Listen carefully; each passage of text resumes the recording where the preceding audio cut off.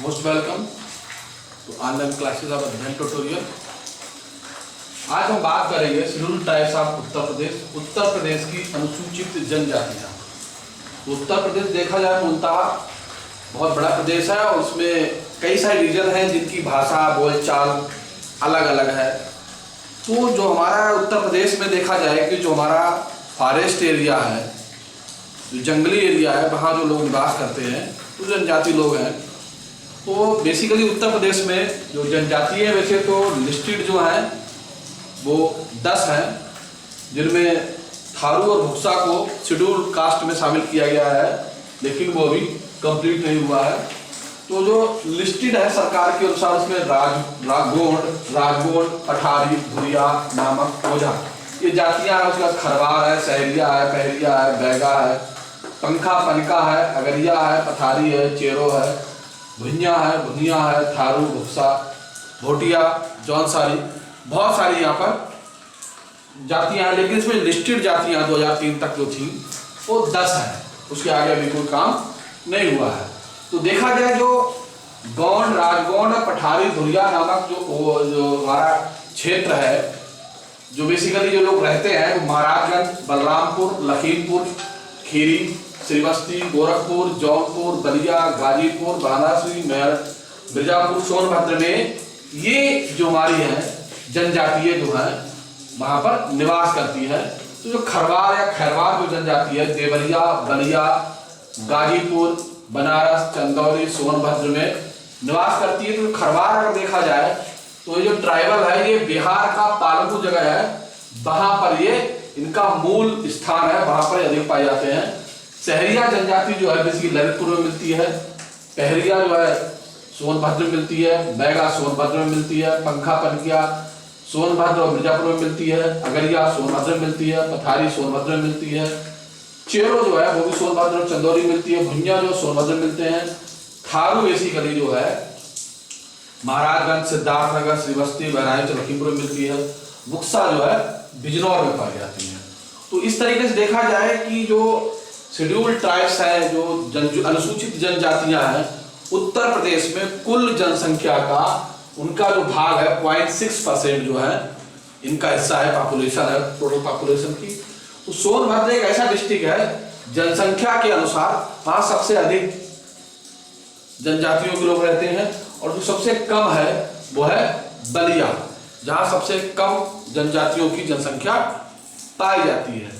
तो अगर हम देखें इस तरीके से बात करें तो ये जनजातियां हैं, इनमें सबसे बड़ी जनजातियां हैं जो फेमस भी हैं थारू और भुक्सा। तो थारू वगैरह जो देखा जाए ये पीलीभीत में भी रहते हैं, पीलीभीत के एरिया में भी रहते हैं। उसका बरबसा चला जाता है, उत्तराखंड का रीजन आता है। तो यहाँ पर ये लोग निवास करते हैं। तो थारुओं का ऐसा माना जाता है कि इनका जो मूल स्थान है वो राजस्थान का थार डिस्ट्रिक्ट है, और ये किरात वंश के लोग हैं।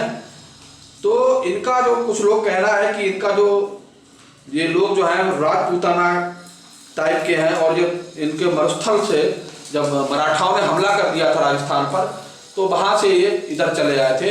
ये बेसिकली जो थारू लोग होते हैं ये कद काठी में छोटे होते हैं, इनका मुखौटा पीले रंग का होता है। इनका जो मूल खाना है वो चावल है, सुअर है, मुर्गी है, और मदिरा का भी खूब सेवन करते हैं। तो थारू जनजाति में अगर देखा जाए तो संयुक्त परिवार का प्रचलन है, संयुक्त परिवार प्रथा का प्रचलन है इसमें।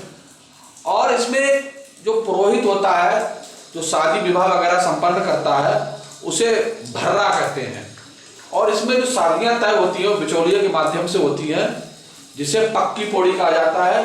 और इसमें जो है लड़का पक्ष को लड़की पक्ष के यहाँ रिश्ते के लिए जाना होता है। और इसके बाद इसमें जो विधवा विवाह प्रचलन भी है, जिसमें विधवा विवाह प्रचलन में जो इसमें भोज दिया जाता है उसको लठ भरवा भोज कहते हैं। ये लोग अधिकांशतः जो है हिंदू धर्म को ही मानते हैं। इनमें देवी देवता, भूत प्रेत, जादू टोना का विश्वास होता है इनमें। ये हिंदुओं के सभी त्योहार मनाते हैं। इनका जो मुख्य त्योहार है वो जेठ में होता है, बजहर नाम से होता है। और ये लोग जो है दिवाली को, मतलब ये थारू लोग हैं, दिवाली को शोक के रूप में मनाते हैं, खुशी के रूप में नहीं मनाते हैं। दूसरा इनके यहाँ जो मेन व्यवसाय है, एक कृषि प्रधान धान की खेती करते हैं मुख्यतः ये लोग, और दिवाली के समय अपने पूर्वजों को रोटी भेंट वगैरह करते हैं। तो इनका जो मुख्य व्यवसाय है वो लकड़ी है, पशुपालन है, खेती है और दूसरे कार्य के जो है वो मुख्य व्यवसाय के अंतर्गत आते हैं।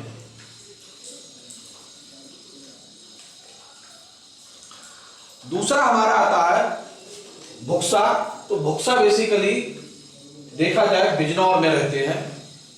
तो बिजनौर में छोटे छोटे में रहते माना जाता है। ये भी बहुत बहादुर कौम थी, ये भी वहां से रिलेटेड है। जब मराठा का हमला हुआ तो भाग के यहाँ आ गए थे और वहां छोटे छोटे ग्रुप में बस्तियों में वहां निवास करते हैं। तो ये बेसिकली जो है पतवार राजपूतों से संबंध रखते हैं जो भुक्सा लोग हैं। और इनके भी लगभग ये भी थारुओं के मिलते जुलते होते हैं। इनकी कदकाठी छोटी होती है। इनका भी मुख्य भोजन जो है चावल और मछली है। इन लोगों में बंदर, गाय, मोर का मीट खाना वर्जित होता है। तो इनका जो शोषण होता है भुक्साओं का, उसमें एक सोशल डिवाइडेशन होता है जिसमें कि क्षत्रिय भुक्सा, अहिर भुक्सा, नाई भुक्सा, ब्राह्मण भुक्सा आदि होते हैं जिनके काम अलग अलग होते हैं। तो ब्राह्मण भुक्सा सबसे ऊंची स्थान होता है सबका, उसके बाद क्षत्रिय भुक्सा, अहिर भुक्सा और नाई भुक्सा और गोत्र समाज की मूल इकाई होता है इनमें। तो इनमें एक विवाह जो होता है अनुबंध मात्र होता है, उसमें मेल और फीमेल कभी भी उसको भंग कर सकते हैं, विवाह तोड़ सकते हैं। इसमें अधिकांश जो परिवार होते हैं विस्तृत और केंद्रीय परिवार होते हैं। इनमें बहुविवाह पत्नी प्रथा भी होती है। इसके अलावा जो लोग ये विश्वास करते हैं तो महादेव, काली माई, दुर्गा माई, इनमें इनका विश्वास होता है। तो जो खैरवाड़ जनजाति है देवरिया, बलिया, गाजीपुर, चंदौली, सोनभद्र वगैरह में रहते हैं। तो इनका मूल क्षेत्र जो है पलामू है और इनकी जो उपजातियां हैं खरवाड़ की वो है सूरजबंदी, पटबंदी, दौलतबंदी, खेरी, राउत, मोगती, मोयली, गोजू और मियाँ। तो ये सबसे कदकाठी बलिष्ठ बलिष्ठ होते हैं, बहादुर होते हैं। तो इनका देखा जाए इनकी जो बोलने का होता है खींच के बोलते हैं। ये भी जो है सेमल है, पीपल है, नीम वगैरह में नाग बिच्छू की पूजा करते हैं। एक टोरा टोटका में भी दक्ष होते हैं और मांसाहारी शाकाहारी दोनों प्रकार के पाए जाते हैं। तो चूंकि अब जंगलों में रहने में प्रतिबंध लग गया है तो जनजाति अब भिखारी हो गई है, भिक्षाटन पे डिपेंड रहते हैं। तो इस तरीके से देखा जाए उत्तर प्रदेश में बहुत कम संख्या में जनजाति लोग रहते हैं। बेसिकली जो जनजाति लोगों का क्षेत्र है देखा जाए जो निवास है बिजनौर है, पीलीभीत है, लखीमपुर खीरी है, बघाइच है, श्रावस्ती है, गोरखपुर है, ललितपुर, सोनभद्र जो है मेन एरिया है जहां पर ये जनजाति लोग शेड्यूल्ड ट्राइब्स रहते हैं।